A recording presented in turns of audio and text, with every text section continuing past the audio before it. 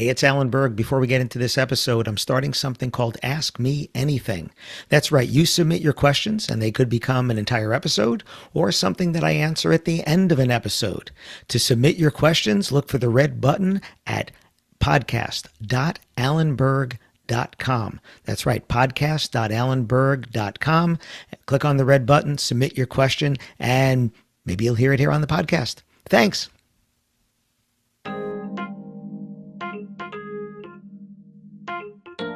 Are you using an auto reply or out of office message? Listen to this episode and see where I'm going with this. Welcome to another episode of the Wedding Business Solutions Podcast. I'm your host, Alan Berg. I'm a speaker, author, sales trainer, website reviewer, and I help businesses like yours sell more, profit more, and have more fun doing it. Enjoy this episode. Hi, it's Alan Berg. Welcome back to another episode of the Wedding Business Solutions Podcast. This one was prompted by me sending out my emails to you guys and my email list. If you're not on my list, go to connectwithalanberg.com. You can get on the list, get all my updates there, where I'm going to be speaking, etc. And every time I send out an email, which is about the latest podcast or where I'm speaking and things, I get a bunch of auto replies. Now, that's normal. I'm sending out to 7,000 or 8,000 different businesses. I'm going to get some auto replies there. I don't usually pay a lot of attention to them because there's so many, especially if it's towards a holiday or something. I could have 50, 60, or 100 of these go into my inbox, which I do have to. I go to a different email address, by the way, so it does make it easier to go in and delete them or mark them red or whatever. But I just happened to notice some the other day, and it prompted me. This was one where somebody talked about how it's now wedding season for them, because I know wedding season is different depending on where you are in the world, where you are in the country. And what it said was basically that we're busy because it's wedding season and it could take us up to 3 days to get back to you. And I saw that, and I've seen things like this over in the past. And I know I've spoken about this as well, but it prompted me to think, you know what? The customer doesn't care. First of all, when does a customer expect a reply if they fill out your contact form on your website, on your ad, through your social ad or whatever, or send you a message through social? When do they expect to get a reply? Now, when do they want a reply is right away. When do they expect to get a reply?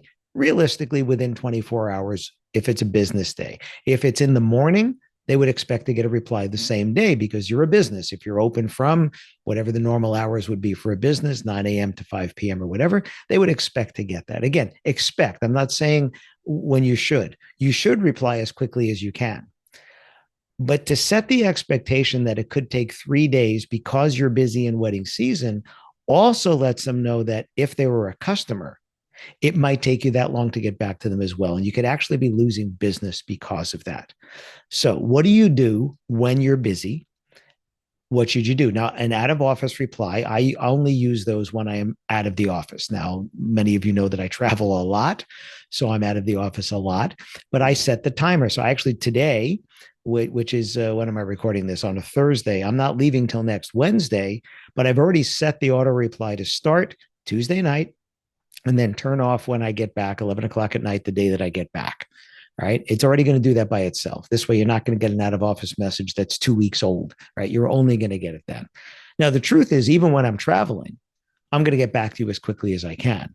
But because of the timing of events that I'm doing, because of different time zones and things, it might take me till the next day. Now, I say on my out of office that I'm traveling, I'm on stages, I'm on planes and things, and it could take me, my normal response time will be delayed. And then I get back to people anyway, and they're always like, oh gosh, I thought you were away. And the answer is I was, but I took the time to respond to you because that's what you would want. So you're always exceeding the expectation there.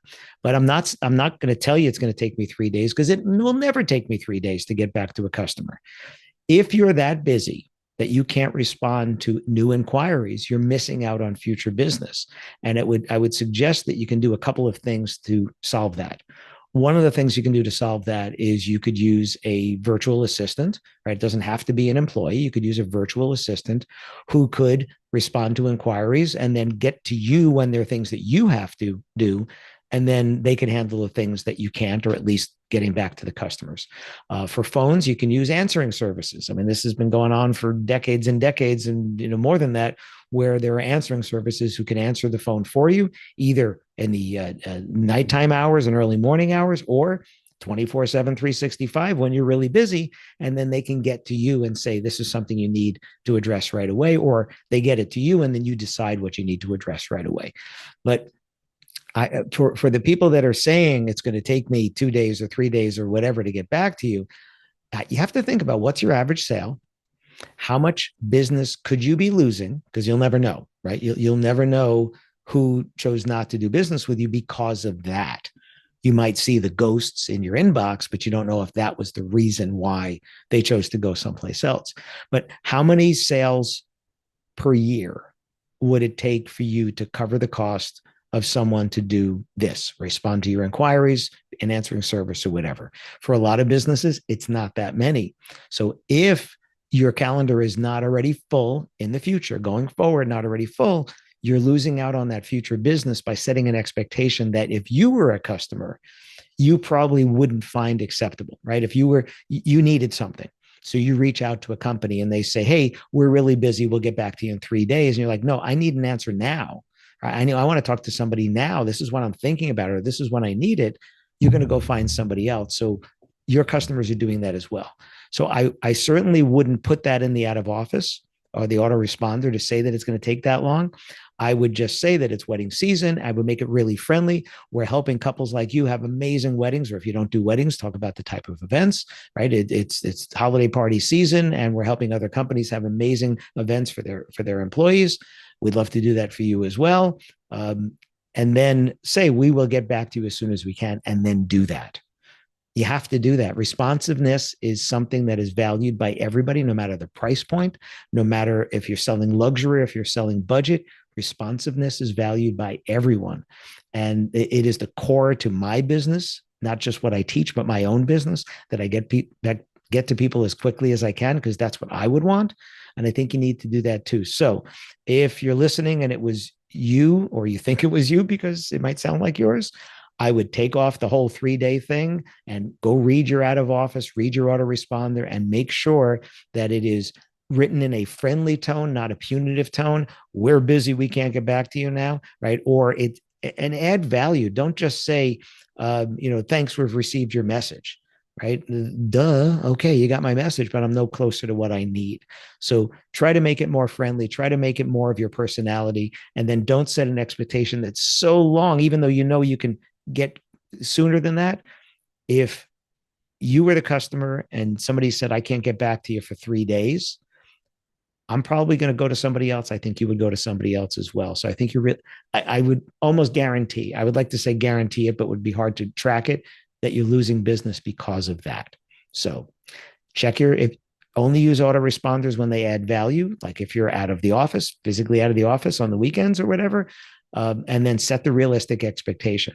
If somebody comes to you on Friday night and you say, we're doing weddings this weekend, we'll get back to you on Monday morning, that is reasonable because it's the weekend. I'd still try to get to them sooner because people are planning a lot of stuff on the weekend, but set a realistic expectation based on something that someone say, hey, that's reasonable. We also know that according to the Knot surveys, about half couples say they choose the first one that responds. So you don't want to do that. Well, hope it gave you something to think about. Thanks.